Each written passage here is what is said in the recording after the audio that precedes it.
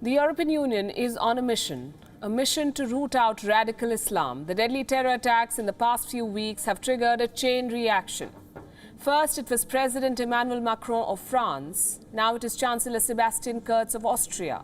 His country was attacked 10 days ago. 4 people have died, more than 20 were hurt. In less than 2 weeks, Austria has hit back. A major crackdown is underway. The Chancellor is moving the parliament. He wants to ban political Islam. He wants sweeping powers to go after terrorists. Kurz has 5 specific proposals. Number 1, the power to jail terrorists for life. No matter how long the jail term of a convict, they will remain in custody until they've been de-radicalized. Proposal number 2, the power to conduct electronic surveillance of those convicted in terror-related offenses. Austria wants to track them. It wants to put digital bracelets on them. Number 3, criminalize religiously motivated political extremism. What does that mean? It means a ban on political Islam. Religiously motivated acts of extremism, efforts to preach radicalism will all be criminal offenses in Austria. Proposal number 4, a simpler process to shut down mosques. The mosques that are involved in radicalizing people, plus a proposal to create a central register of imams. And 5, preventive detention for people previously convicted of terror offenses, presumably to thwart potential terror attacks. As I said earlier, these are sweeping powers. The Austrian Chancellor wants all of them because he says radicals are like a time bomb. And he wants to take strong and effective steps to reduce the threat level they pose. Zu schützen. Für diejenigen. This is a major intervention, but in my opinion, a necessary step to minimize the threat to our population.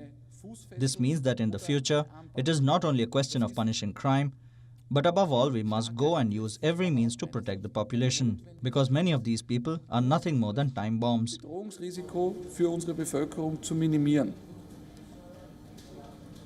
Austria is working on a 2-pronged approach. It is focusing on 2 targets. One is the terror suspects and the second is the ideology that drives them. The Austrian government has cleared these radical measures. Now the parliament has to clear them through a vote, and that's expected to happen next month in December. And this is not the first time that Austria has been confronted with the threat of Islamism. They've had something called the Islamic law since 1912. More than 100 years. And this is a law to regulate the relationship between the state and the Muslim community. In the year 2015, Austria amended this law. It revised the criteria for the appointment of imams.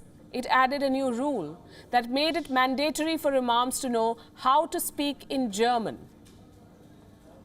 It also banned foreign funding to Islamic institutions. Now the rest of Europe is trying to do the same. Austria did this 5 years ago, and now the government feels that it needs more powers. Why? Because Austria has high levels of jihadi radicalization. Reports say as many as 300 people from Austria joined the Islamic State. So 300 may not sound like a very big number, but Austria's population is only 9 million. That's less than half of New Delhi's population.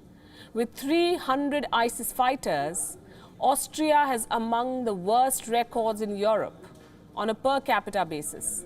More than 100 of these fighters are still out of the country. We have more than 300 foreign terrorist fighters, of whom nearly 100 have returned. And about 60 have been prevented from leaving the country. More than 70 have died in combat, and more than 100 are still in combat territory. Sind im Kampfeinsatz gestorben.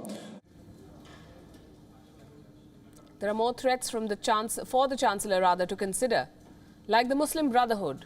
In 2019, Austria banned symbols of the Muslim Brotherhood. 2 years back, 7 mosques were shut. 60 imams, 60, were asked to leave the country. It hasn't been enough, so the government has launched a bigger crackdown.